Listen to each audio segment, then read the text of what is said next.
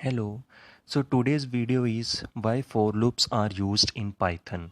So answer is for loops are used when the number of iterations is known before entering the loop. And the formula and you can say the syntax for this for loop is for dash in range. Now we will use this for loop in our program. Okay, let's understand this for loop by practically. Okay, now see how to write this for loop. For in place of dash you can write I, B, C, D, anything. Okay, for example I am writing here I in range. Okay, and here in bracket we will write the range. For example I have written 11.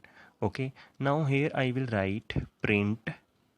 Okay, and I can write I. Okay, now to execute this these two lines we will go to run and run module. Okay, you can press F5 also in place of these steps. Now see, when you will execute it you will see the output is 0 1 2 3 4 5 6 7 8 9 and 10. Okay, this is the output.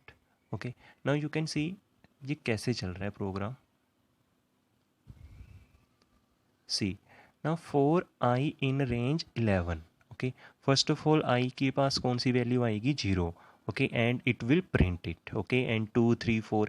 अब now if I will write range 11 like this will print the values like that from 0 to 10. Okay, if I will write 1 comma 11 then it will start from 1 to 10. Okay, 1 to 10. Okay, got it. Now if I will write here comma 2 then what will happen now?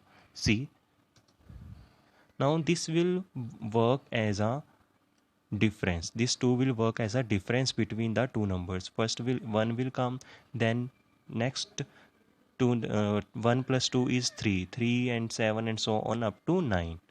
Okay, so this is the way how this for loop work. Thank you so much.